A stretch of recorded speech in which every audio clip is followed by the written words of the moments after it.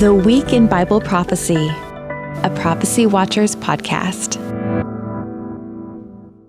Hello, Gary Stearman of Prophecy Watchers, and we have a guest today who is very interesting and a gentleman I've known for quite a while, have a great deal of respect for, Doug Woodward. Doug, it's going to be fun talking again. Hey, thank you. Just like old times. Just like old times. And I am holding a book here, and I have to tell you, this captivated me when I first started. And the book is called Descent into Evil.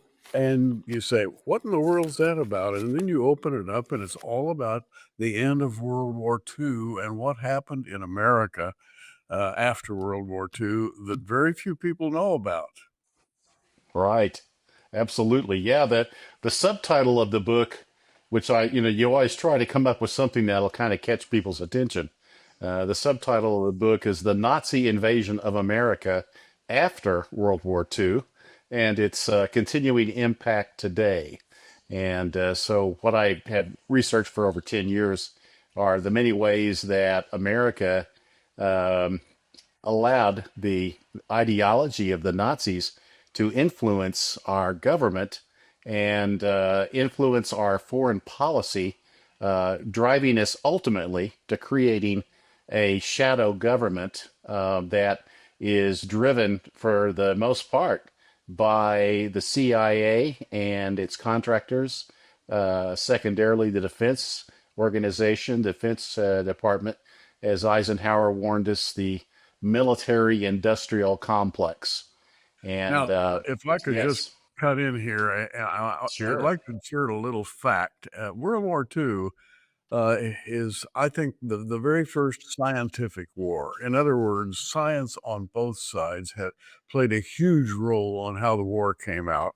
And everybody has heard about the quote unquote German scientists, Adolf Hitler and his German scientists. And I think everybody has heard about how those German scientists, or at least many of them, came to America after World War II and sort of immersed themselves into our society.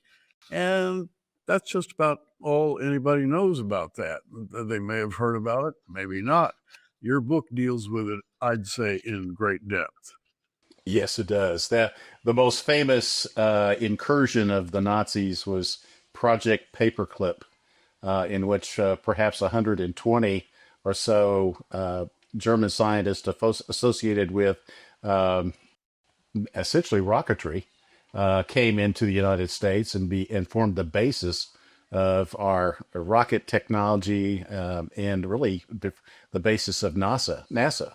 And so we've all heard about that, but what we haven't realized or haven't known is that that's probably about 1% of what really happened, and the rest of it is not taught to us. And of course, I like to do that. I like to tell tales that are true, but nobody knows.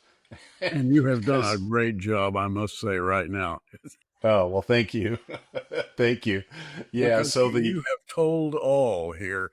In yeah, fact, yeah. there are times when the hair on the back of my neck stood up. Yeah. Well, if it didn't, then you just weren't reading very carefully, right?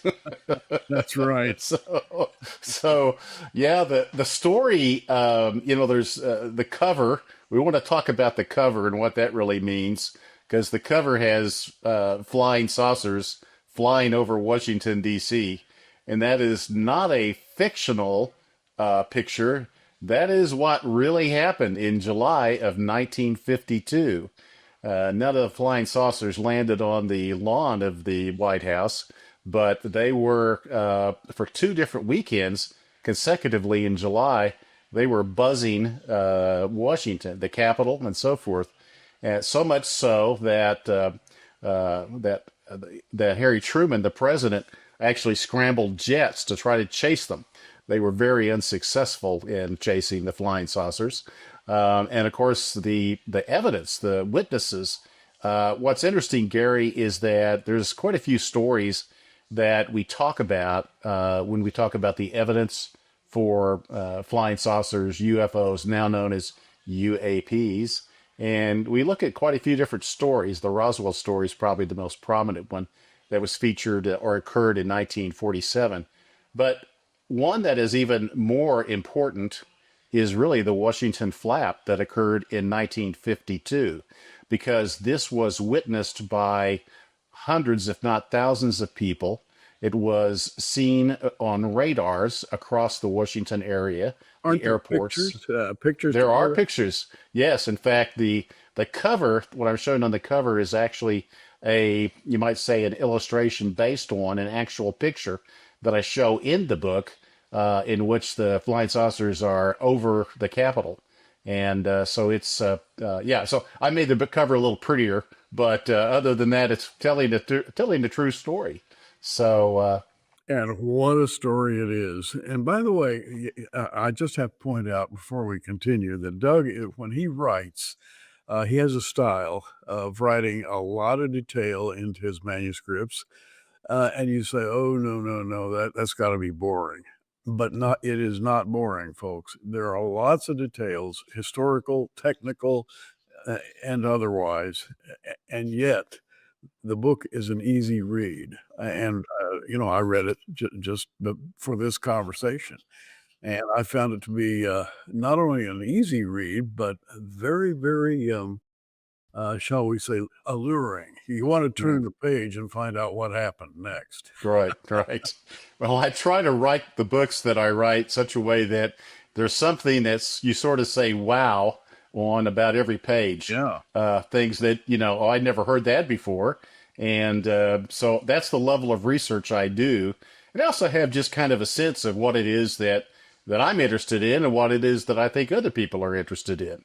And so some of these stories about the UFOs and what really was going on in the 1950s, these are things that the general populace does not really know, and yet it's well documented. And so I felt like it was a good way to start the story of the German invasion into the United States, because it's very likely that those initial flying saucers were actually created by Germans that escaped from World War II and went off into some polar or perhaps the South Pole to create flying saucers. That's a theory, but it's very possible, and there's a lot of historical data to back that up. So that's how I begin the book, because I think that's a good hook to get people interested in the story. So from then to now, from World War II to now, a jillion things have happened. History has been on fast forward. And but what I find from your book is that you really don't understand history unless you understand the insider's scientific history, post-World War II history of America. hmm Yeah, and certainly also the foreign policy and what was going on between 1947 and 1961. Before we came upon the event of the assassination of JFK, there was an incident that older folks in the audience will remember called the Bay of Pigs. That was in 1961, and that was an unsuccessful attempt to overthrow Fidel Castro in Cuba. It is a very deep story. We won't get into that, just to say that that was organized and funded by the CIA. And the CIA, it was unsuccessful. The CIA got a black eye, but JFK basically took responsibility and took the fall for it. But it's important to understand that that was the culmination of about a dozen years of a guy named Alan Dulles, who was, in effect, one of the first. He was not the first CIA director, but he was the most prominent, and probably still is the most prominent. He had such a huge impact.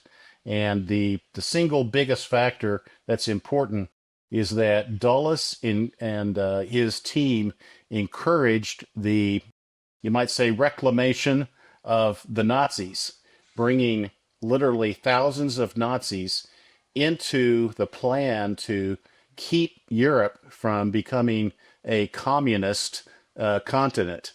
And so the stories really can curl your hair in terms of what they did and how evil they were. And of course, that's what this book is trying to explain is that the U.S. has an unfortunate history of evil. And it was fomented predominantly by the CIA. We saw that, kind of be accomplished at the assassination. But really, the Vietnam War, again, the CIA was really running that Vietnam War, and most folks don't know that. They assume that the Pentagon was. Well, the Pentagon really wasn't running it. It was really being run by the CIA, and frankly, the CIA has run every war since then. Well, Doug, here's what's interesting to me. After World War II, we hear about the leaders of Nazi Germany. We hear about the leaders of Russia and all of the war crimes. And we hear of the leaders of Southern Europe, Italy. And we walk around as Americans saying, well, we ran a clean war. We were not evil people. We were good people trying to save the world. And the general American opinion is that we were on the good side. And so, how do you layer this in? The history of Operation Paperclip, the German scientists. How do you blend that in with American history and to the point that we don't lose our moral standing in Right, right, right. Well, I think that our moral standing in terms of the execution of the World War, what we did, I think that for the most part, Americans can be very proud of our record. Unfortunately, there were things that were being done in the background that would set up what was going to happen after the war. Alan Dulles, before the war, was stationed in Switzerland, in Zurich and in Basel. And Alan Dulles was making friends with Nazi leaders. And he was making deep relationships that later, after the war, he basically had those Nazi leaders in his Rolodex. Now, the Rolodex is something that young people won't know what that really is, but old folks will know about Rolodexes. And what it really means is he had the phone numbers of the folks that he needed to call to get the cooperation and to bring these guys into the fold, back into the fray, if you will, but this time on the side of Great Britain and the United States. And so that's one of the major things that was going on. There's two or three other key things to know. One is that the operations concept, the behind the scenes battles and so forth. Apologize for the dog. But anyway, hopefully, yeah, that's what happens when your studio's at home, right? So good American dog. He is a very good American dog. That's right. So Winston Churchill actually he created this sort of commando concept, and he called it ungentlemanly warfare. And what he meant by that was basically, anything is acceptable, anything is permissible.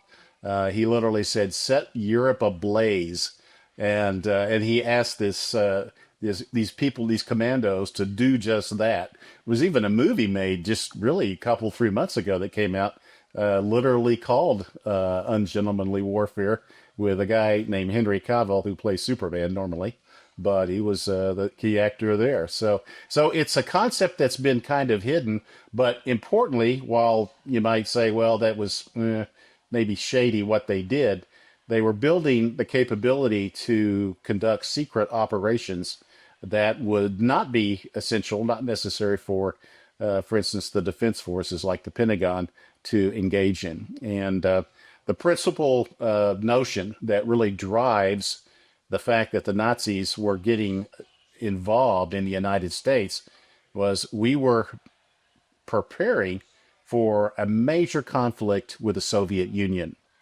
And we knew the Nazis hated the communists.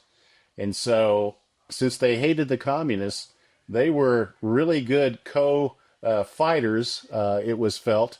And there was one major operation that occurred. But anyway, it was, I should say first though, before I do that, is to mention that the fear of a nuclear holocaust was very much at the forefront of this. And it was understood that warfare going forward really couldn't involve major armies because there was too great a risk that somebody would push the red button and nuclear war would begin. And so the world went into really the concept of the um, proxy war, in which neither the United States and Russia would not directly fight one another. Although I have to say, right now we're on the cusp of a possibility where we will.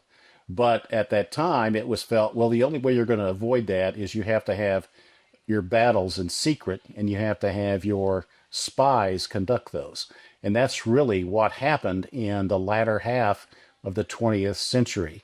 And again, Vietnam was the first. It was major, but it set the stage for many others. Now, your chapter one title is why the Nazis created the UFO myth. Now, and did they create a UFO myth, and what was the reason? Yes, it's believed by a number of researchers that they did create a UFO myth, that they wanted folks to believe it was extraterrestrials because what they were doing in the background is that there were Nazi scientists, it's believed, that escaped, as I mentioned early, they escaped to the South Pole or they escaped to the North Pole, and they were continuing their building of this technology, of the flying saucer technology.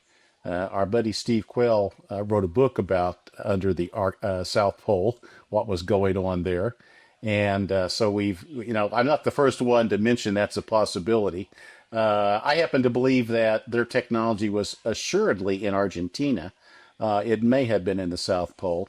But again, there's another incident, the Operation High Jump, which a lot of your audience will have heard about, supposedly where Admiral Byrd took a flotilla down to the South Pole and he encountered flying saucers that thoroughly whipped him, such that he had to cut short his trip to the South Pole and hurry back to the United States. And so that was also a question of, well, okay, where did those flying saucers come from? And the story is, of course, a deep one regarding the technology that was developed by the Germans at the very end of World War II, the Wunderwaffen, the wonder weapons, and the creation specifically of technology, anti-grav technology. That was the goal, was to create flying machines that were not affected by gravity. And of course, what are we talking about today in today's world? We're talking about anti-grav flying saucers. Well, it's believed that they actually were successful. There were a number of inventors, Ricard Mita, a fellow named Shriver. Let's see. There's about four or five. Probably the most prominent one, which you mentioned earlier, the Nazi Bell, was the general. Oh, the name is escaping me. Let's see. Oh gosh, the name is escaping me. What is the name of the general? I apologize. But anyway, he was the mastermind behind the concept of the flying saucer and the bell. And it was his work in Czechoslovakia at that time that created the bell, and in the process probably murdered well over hundreds of thousands of Jews in the tunnels in the mountains of Czechoslovakia to continue to build the war equipment for the Nazis. Hans Kammler, that's his name, Hans Kammler. Okay. Now, in your book, you pulled together a number of modern myths, supernatural war weapons, the CIA, the little green men. We've all heard about the little green men that out there in Area 51. They live in cages, and every now and then we toss them a handful of A bone. and then we've all heard about the cosmos and the Epsilon Eridani or some other constellations where Barney and Betty Hill made the news. You know, the couple that were abducted, and they brought the mythology right into the foreground, and still do to this very day. People are reviewing their story, and I guess what I'm asking is, how do you put all these stories together and come out with something that resounds with the truth? Well, there's the bigger story, the broader story, of course, is there flying saucer technology? Have we actually accomplished anti-grav flying ability? We're hearing a lot about that in terms of testimony in front of Congress that says that we have, in fact, created that, although there's still different opinions. Is it extraterrestrial? Are these crash retrievals that we have turned around and retro engineered them? So those are the big, broad questions. The question I dig into early on is to really substantiate the concept that the Germans were building flying saucers at World War II, and that they may have been responsible for some of the early on saucer stories that were out there. And at the very least, that covers to sort of be a metaphor to suggest that the Nazis, in fact, were landing in the United States, and they were very much about some horrible things that they were accomplishing while they were doing their deeds, you might say. And so out of this, there is something that you can cling to that gives you some idea of the truth. Absolutely. And I would say that we can sense that there probably is some truth to it right now because of what's going on in the news, right? We know that the issue of saucer technology and the appearance of these strange lights in the sky, the machines, the stories now about psionics that are calling down spacecraft into the desert, and they're being captured by teams that are going out to call those spacecraft down and to capture them. And so we know that that's happening. We know that that's happening at this time. And so I probably spend too much time looking at these YouTube videos that lay all this stuff out. But that certainly is what's going on. And now the story goes way beyond the issue of the CIA and flying saucers. That's chapter 1 in the introduction. But the detail really gets into those things that they were trying to accomplish. The mind control issue, trying to create Manchurian candidates. That was one of their major programs. The issue of remote viewing.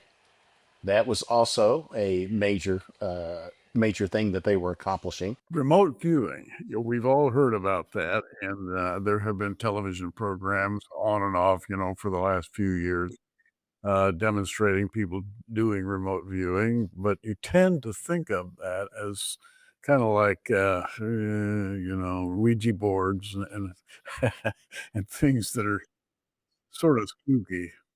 Yeah, yeah. Well, it turns out that remote viewing ended up becoming a weapon of war that was used by the CIA as well as the Russians to spy on the other side.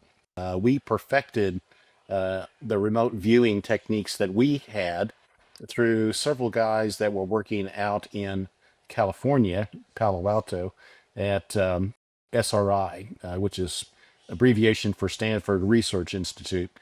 They had to eventually kind of cut ties with Stanford because Stanford was getting blackballed by the hippies for participating in building war machines and so forth. But nevertheless, SRI was where the remote viewing experiments were taking place. And names that come out of that are names like Ingo Swann, Joe McMoneagle. Oh gosh, there's about 4 or 5 more names. Certainly, Spoonbender, Uri Geller. He was one of the major persons they studied early on. But they developed a technique called coordinate viewing, in which essentially they would perhaps be given a coordinate and they would be able to just sit in a room, sort of in a meditative state, for 15 minutes or so, and they begin to draw a picture. And the picture they would draw would be what they're seeing at that site.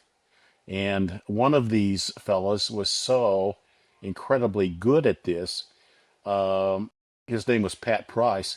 He may have even been assassinated by the Russians, because what Pat Price could do is he could remote view into an office, and he did this for the Air Force, and scared them to death.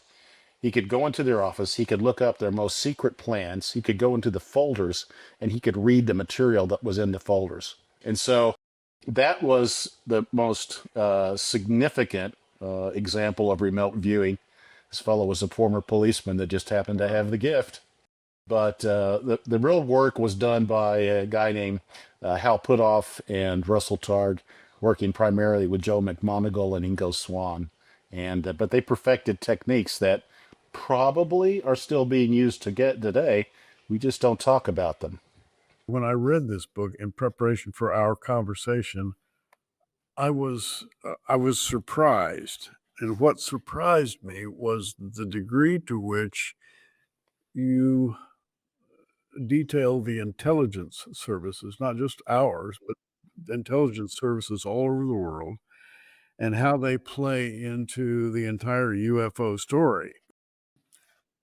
But on the other hand, if you sit down with your little sack of popcorn in front of your TV set and you start thumbing around to these programs that are devoted to talking about UFOs and ancient astronauts and all those things, you get an entirely different picture. Everything is from outer space or from another galaxy or from another time, and they link witchcraft, sorcery, and folklore with all of these the UFO appearances, saying that our people have confabulated UFO theology, if you will, with standard idolatry, the historical idolatry.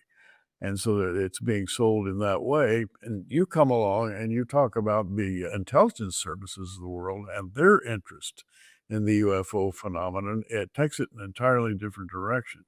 Right. Yeah, you're so right to point out the incredible connection between the occult and flying saucers. I wrote a book about 12 years ago that was called Power Quest, Book One. And in Book One, I went into great detail about the connection between the occult and the Nazis. I talk on that some extent in this book as well, but it is a key element of what's going on, and you see that in the folks that are talking about it now. And Gary, to one of the major points I would make, which I think keeps me in alignment with L.A. Marzulli and some other of our brethren, is that the primary factor here in terms of what's happening with UAPs is a spiritual dimension. And it is still, I believe, as LA has said, that this is the great deception of the last days. And what that great deception is could be sort of multifaceted. Certainly that, well, there are people, there are beings on other planets, and therefore we're not unique. That could be one of those elements. They could basically be saying that, you know, the religion is irrelevant because we found this out. They could be saying, well, the real God is the God that created us, and that God was E.T. All right, and so that Right. these are the things that are, you know, put forth and remain to be the kind of the key points. I think it's deeper than just that. There's probably 4 or 5 different causes, I believe, for the present day experiences of UAPs, and I definitely talk about that. And so that is clearly a part of the story. And again, I guess the thing I'd have to say is that, you know, we've covered about 2 out or 3 out of about 10 topics that I go into. And yes, the intelligence services are critical in this story, especially the United States Intelligence Service, because it really was responsible for creating a government that was not answerable to anyone. And that's essentially what we find today. The stories that we read of the exploits of our spies demonstrate that the leadership of the CIA paid little attention to the foreign policy that was put forth by the White House. Alan Dulles once said, well, let's go out and make some foreign policy. And by that he meant do some operation that basically would state this is the policy of the United States. And so that is the nature of the power that he wanted and that he wielded after World War II. And so it's just absolutely mind-boggling the things that we did in that time period and how it has affected us ever since. It's affected us, and my interest is, of course, we are a Christian institution, uh, prophecy watchers, and we believe in the inerrancy of the Word of God. We believe in the God, the Creator, the Holy Spirit, the Church. And we come at everything from a classical evangelical ecclesiastical direction, and Me we too. we have to, and I know you do. Yeah.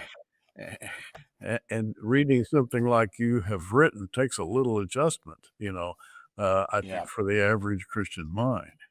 Yeah. Well, it's a history story, and if you really want to know why America is the way that it is and why things happen the way they do and why it is that our presidents can't really control what our spies are doing, this tells the story. And so it basically opens your eyes to that.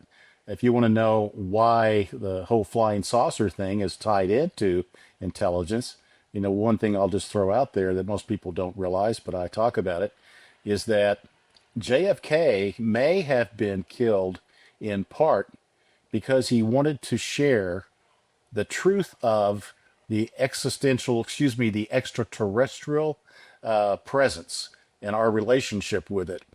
All right. So now I don't know that that's really what was going on, but it is the case that a guy named E. Howard Hunt, who was part of the Watergate, the plumbers, that's what he told his attorney, Douglas Caddy, that was why went into Watergate was because of that issue. Kennedy had basically said we wanted basically shut down our nuclear weapons and we want to go to the moon with the Russians and we want to tell them our best kept secret about the relationship that we have with these extraterrestrial beings. And so it's your view, after having studied this, looked at the history and so forth, that uh, there is a reality behind all this. The Yes, indeed. question is, do we know what the reality is? And Mm, my first thought would be that we are taught in Scripture that there is a dark side, Satan and his demons, if you look at their history through the Scriptures, you see that they are technically very well schooled, because they mm, were, creating alloyed metals and weaponry and all kinds of what we would call high tech gear back in the days of the Old Testament. And so it would be easy for us to say, well, what we're looking at now is just the return of the demons who lived in Medo-Persia, Greece, Rome, places like that that are mentioned in the Bible. right, right. Yeah, it's certainly the case that the old gods have come back. I think Jonathan Kahn has a book about that, and I think that's essentially true.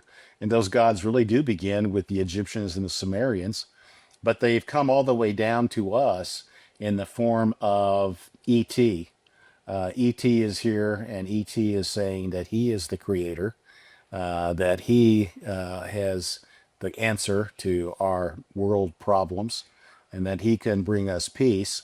And that is the great deception, I believe, of the last days.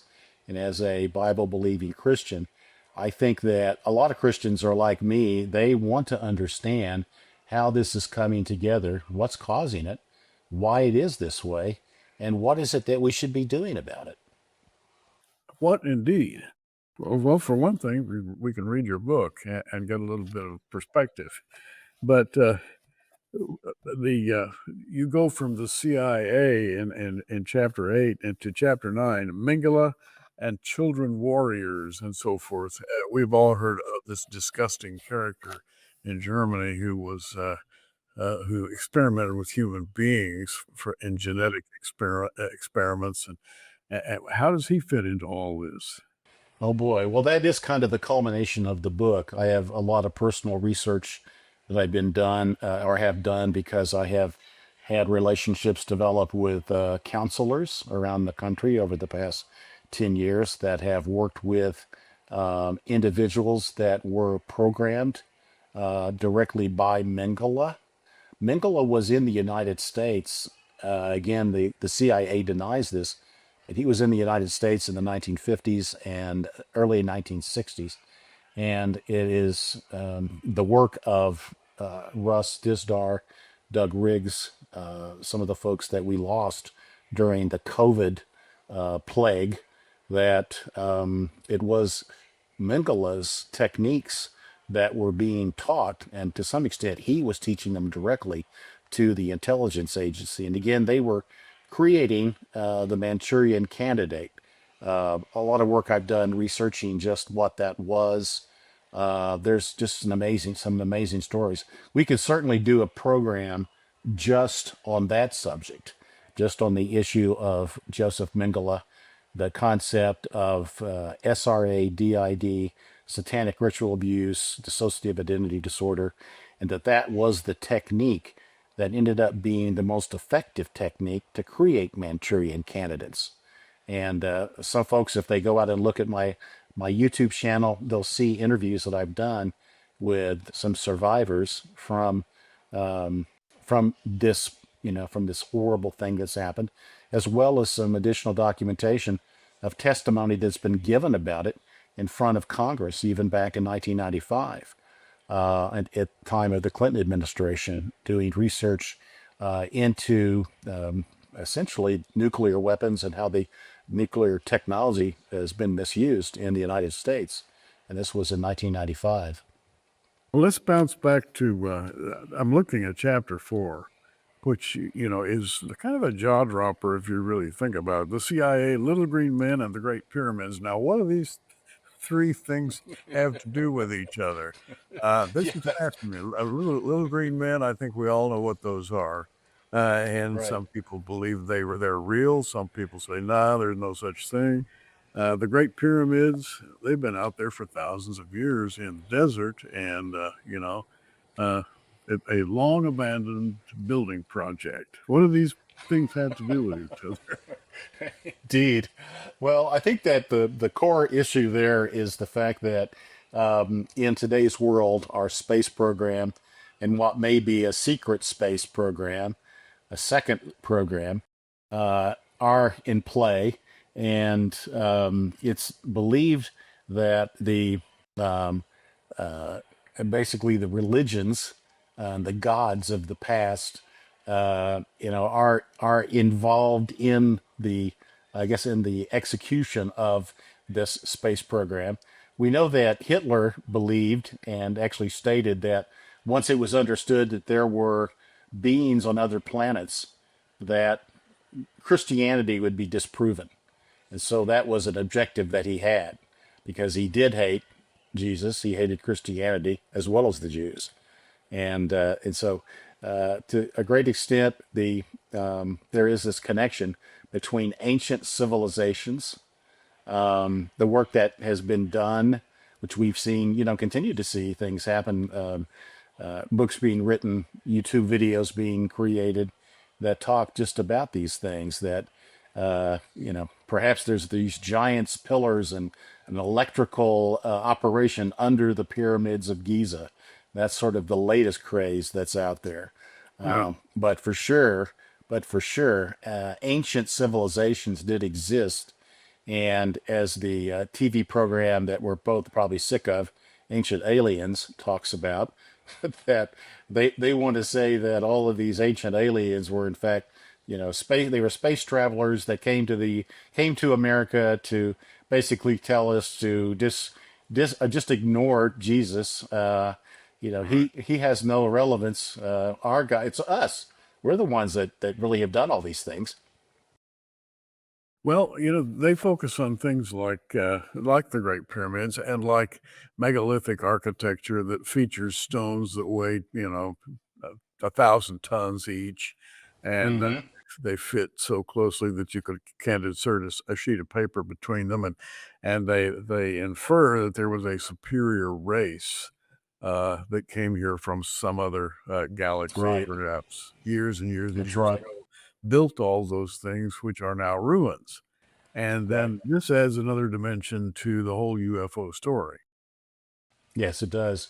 You and I have done a program on Mars, a couple of programs on Mars in our past, and Yes. certainly the potential artifacts that may exist on Mars might help to prove that there have been other beings from perhaps somewhere else that were on Mars and may have eventually come to Earth. So that's part of the story.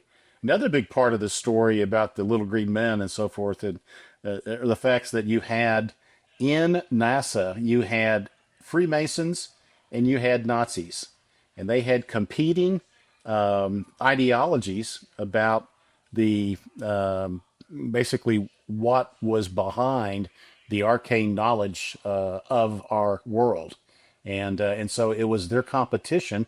Ultimately, the Nazis won because Werner von Braun became uh, overcame sort of James Webb, who the Webb telescope was named after, and the Nazis basically became the dominant players in our rocket program. Not just Werner von Braun, but Hermann Oberth, and Arthur Rudolph. There were others that were heads of German organizations, specifically the rocket manufacturing plant in Peenemünde, and that's where a lot of these paperclip guys hailed from. Was from this uh, giant manufacturing plant on the Baltic Sea, and so that's part of the story as well. The space program and how the Nazis were infiltrating the space program, and basically Werner von Braun wanted to build rockets that could go to Mars, and as one comedian said, unfortunately, London got in the way sometimes because his missiles sometimes had bombs on the end, explosives, and they hit a lot of buildings in London during World War II, and killed a lot of Englishmen and destroyed a lot of buildings. And yet he's more or less the centerpiece of our Operation Paperclip, coming to Yeah, the United absolutely. States and even doing a bit. I remember years ago he did a bit for Disney, and he was a narrator on the subject of outer space. He did indeed. And in fact, one of those films I remember because I ran those films for my fifth grade class. That sort of dates me. But anyway, one of those films had a spaceship that was going to Mars, but on the way it stopped at the moon and it was orbiting the moon. And one of the pilots says, "Look at that! There's a space station on the moon." He basically said that there were people already that landed on the backside of the moon, and they were basically running a space station back there. So that's what Werner von Braun had in his mind. And again, very, very, considering his job for Adolf Hitler and company, he became very popular in the United States, and he was able to shed all of the grime from the Nazi world and come over here and make quite a living for himself. The question is, what was he working with? What was the degree of his technology? Right. Well, we know that he was starting with the V2 and eventually the V1. And we know that that technology served as sort of the basis for the Atlas rocket. That was the rocket that was used for the Mercury program. And it was developed originally as the launching rockets to take missiles, explosives to attack London. And so we know that. Now, the question of his theology, his spirituality, we have a strong suspicion that initially he did have a concept of the involvement of, you might say, ETs. Later, rumor has it that he became a Christian and relinquished a lot of his thoughts. So let's hope that that's true, that he did have that transformation later in his life.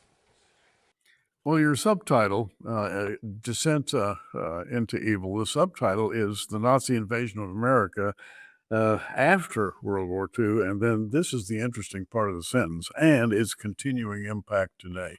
What exactly is going on that can be directly traced back to alien experimentation of all sorts? Right.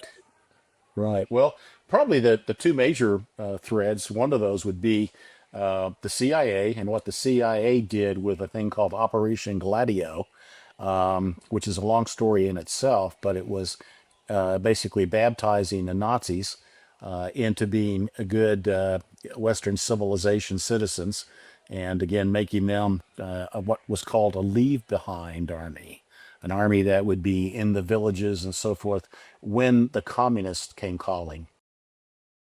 And so that was one of the major factors. And again, this colors what happened in Europe and later in Vietnam.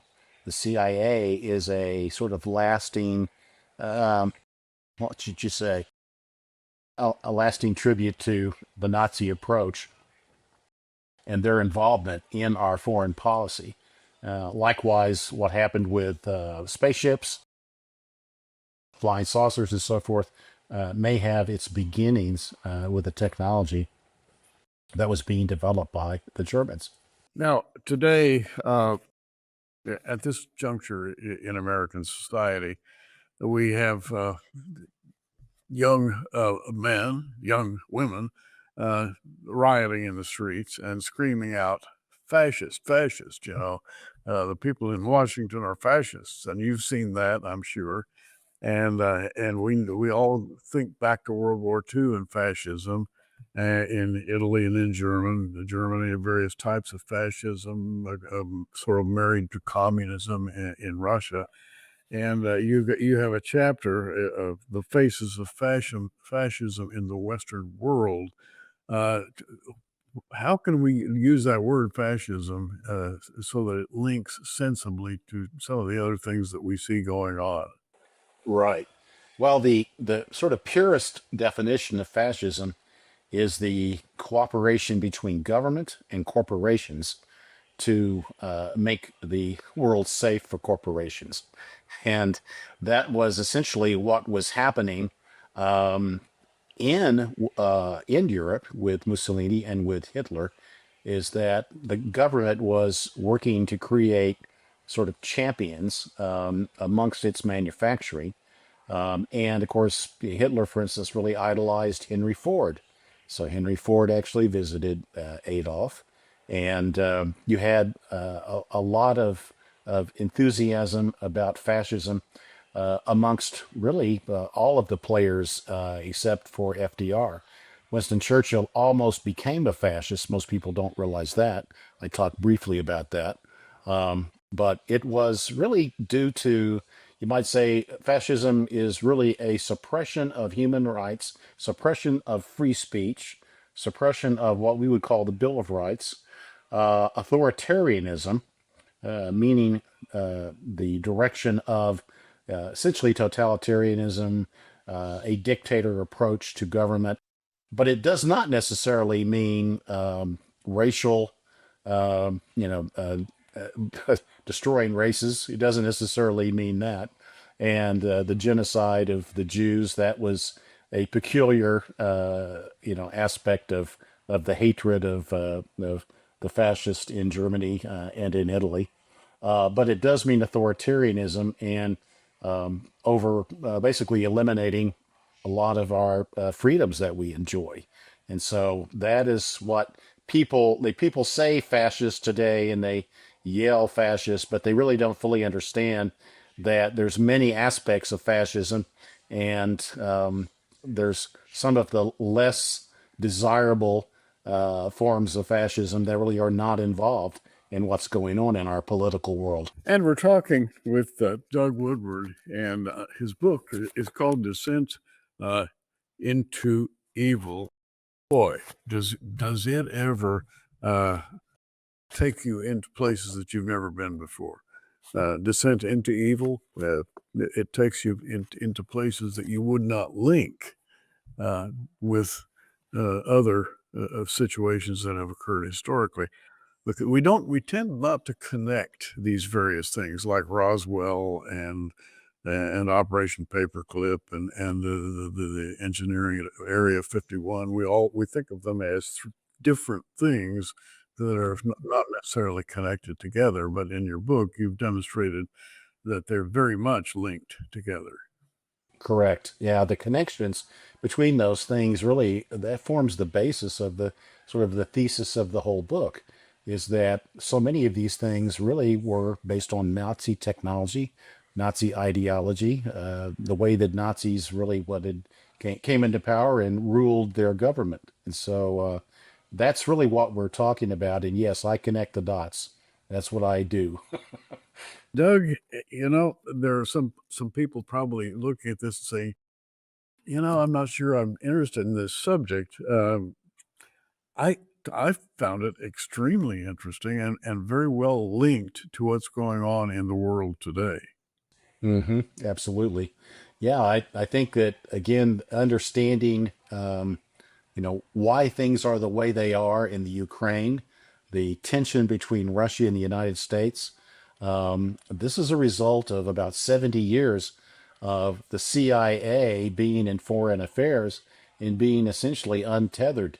The CIA has been doing what it likes to do, which is generally immoral, and it causes all kinds of friction in the world. So that's really one of the major elements.